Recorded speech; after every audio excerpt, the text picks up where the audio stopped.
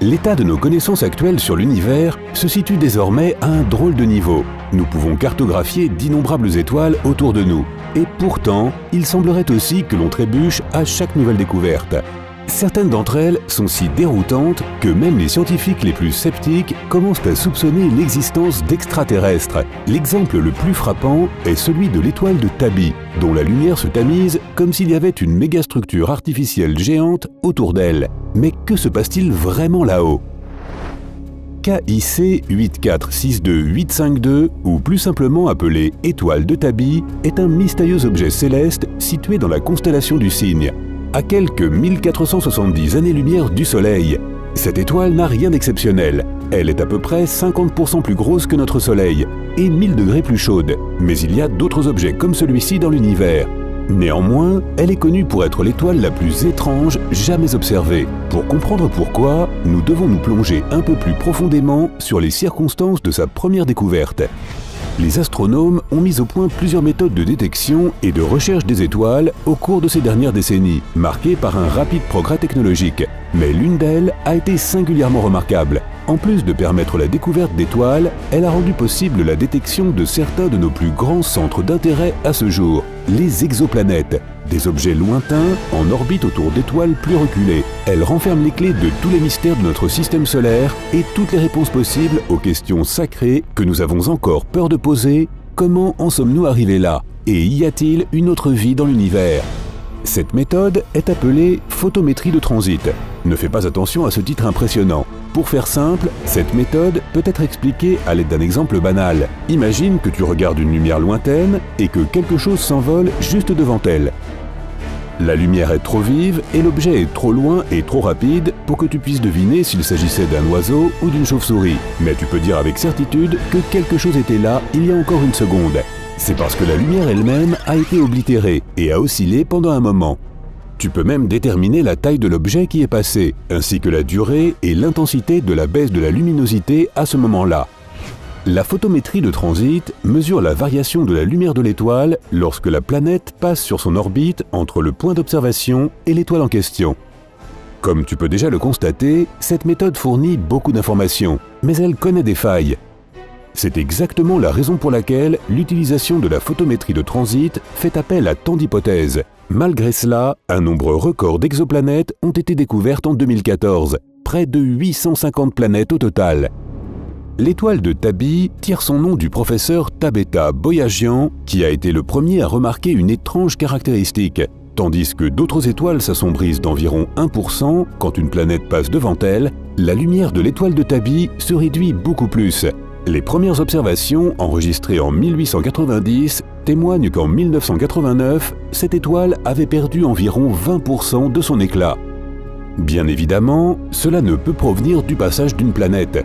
Disons qu'il faudrait une planète plus grande que l'étoile elle-même pour que cela arrive, mais c'est tout simplement impossible. Les étoiles conservent la même luminosité pendant des milliards d'années sans presque aucun changement. Cette situation est devenue encore plus étrange lorsque les astronomes ont découvert que l'étoile de Tabi se trouvait au milieu de son cycle de vie.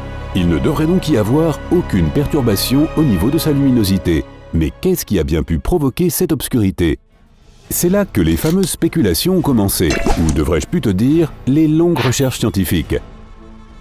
En 2016, Boyajian et son équipe ont trouvé des enregistrements d'archives qui laissent entendre que l'étoile de Tabi n'est pas juste en train de s'éteindre prématurément. Parfois, sa brillance est rétablie comme à la normale, puis elle s'obscurcit à nouveau. Ils ont même réussi à trouver un modèle de gradation, ce qui leur a permis de prédire de façon fiable le prochain changement de luminosité. Ceci a engendré la première théorie. L'étoile de Tabi pourrait abriter une ruche géante de comètes et d'astéroïdes en orbite autour d'elle. Cela pourrait obscurcir la lumière de l'étoile là où le groupe d'objets est le plus dense. Mais cette théorie a été rejetée. De telles ruches ne sont observées qu'autour des jeunes étoiles qui traversent leur processus de création. Et Tabi est beaucoup plus âgé que cela. De plus, un grand nombre de comètes autour de l'étoile produiraient une quantité titanesque de rayonnement infrarouge, mais aucun de ces rayons n'a jamais été détecté. Et puis, réfléchis à ça. Les changements de luminosité sont à chaque fois identiques. Certains d'entre eux ont même une forme symétrique. Peux-tu imaginer une ruche de comètes suivant un ordre strict à chaque rotation autour de l'étoile scintillante? c'est du jamais vu. Elles changeraient constamment de position. Leur mouvement semblerait confus aux yeux de n'importe quel observateur sur Terre. Ça ressemble à un tas de comètes, mais ça fonctionne de façon bien structurée. Ouais, tu n'es pas le seul à penser que ça ne rime pas avec quelque chose de naturel.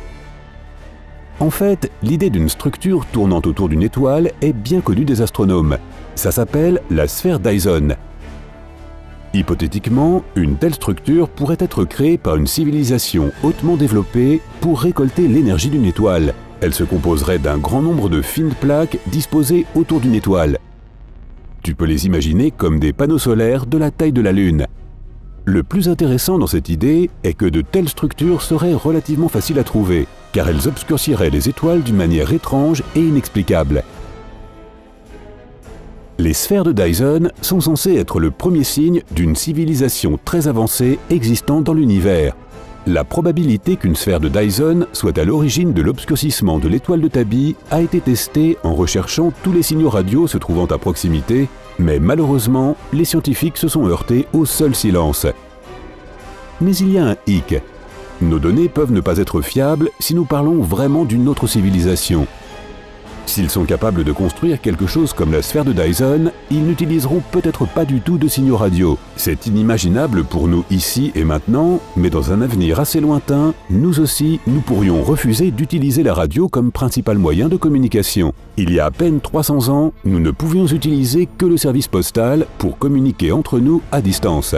À l'échelle galactique, 300 ans, ce n'est qu'un simple claquement de doigts. Imagine le potentiel d'une technologie nouvelle ou complètement extraterrestre. Quoi qu'il en soit, la communauté scientifique était, dirons-nous, outrée par la décision de vérifier en premier lieu la théorie extraterrestre du mystère de l'étoile de Tabby. Dans une approche sceptique, il est toujours préférable d'écarter d'abord toutes les possibilités naturelles, pour ensuite alors envisager quelque chose de non naturel comme cela. Récemment, une autre théorie beaucoup plus fondée a émergé. Il y aurait une énorme naine brune qui tournerait autour de l'étoile de Tabby sur des orbites lointaines. Et je dis bien énorme. Les naines brunes sont à peine considérées comme des planètes. Ce sont des objets beaucoup plus massifs que les planètes de type Jupiter, mais plus petits que la plus petite étoile naine rouge, la plus brillante de toutes. La présence de plusieurs naines brunes en orbite autour d'une étoile est peu probable en soi. Mais ce ne serait même pas suffisant pour obtenir un effet comme celui de la mystérieuse étoile de Tabby qui s'assombrit. Ces naines brunes devraient porter des anneaux d'astéroïdes gigantesques. Et encore une fois, je ne saurais trop insister sur le mot « gigantesque ». Ces anneaux devraient être bien au-delà de la limite dont nous avons connaissance actuellement. Cette limite a un nom, limite de Roche. Au-delà de ce rayon, aucun astéroïde ne peut maintenir sa forme. Il finira par se rassembler en un seul objet et devenir un satellite. La naine brune en question, qui est théoriquement en orbite autour de l'étoile de Tabby, devrait être 15 fois plus massive que Jupiter et comporter 6 couches d'anneaux planétaires. Ça n'a pas encore l'air très crédible, mais c'est la meilleure théorie qui soit, ou pour être honnête, la meilleure jusqu'à l'année dernière. L'astronome Brian Metzger et ses collègues de l'Université de Columbia ont émis l'hypothèse que les objets entourant l'étoile de Tabby et provoquant ce scintillement étrange pourraient être les restes de planètes broyées et leurs exolunes. Leur théorie implique que ces planètes auraient pu traverser le même rayon de roche de l'étoile elle-même. Lorsque cela se produit, les planètes se déforment, se tordent et s'aplatissent, puis elles se brisent en morceaux sous l'influence phénoménale de l'attraction de l'étoile de Tabby. Même si cela aurait dû se produire il y a environ 200 000 ans entre l'étoile de Tabby et sa planète, les restes de cet objet seraient toujours en orbite rapprochée autour de l'étoile. C'est ce qui éclipse l'étoile de Tabby de temps en temps quand on l'observe de nos télescopes. Cette théorie peut-elle marquer une étape cruciale dans la longue enquête sur le mystère de l'étoile de Tabby? Elle finira par se révéler vraie ou fausse. D'ici là, l'étoile de Tabby restera le plus grand secret astral. As-tu entendu parler d'objets ou de phénomènes célestes étranges qui ont attiré ton attention encore plus que celui-ci? Dis-le nous dans les commentaires. Si tu as appris quelque chose de nouveau aujourd'hui, alors donne un j'aime à cette vidéo et partage-la avec un ami. Mais attends, ne va pas déjà rebaptiser ton chat Tabby. Nous avons plus de 2000 vidéos sympas à te montrer. Tout ce que tu as à faire, c'est de choisir la vidéo de gauche ou de droite, de cliquer dessus et de passer un bon moment. Prends la vie côté sympa.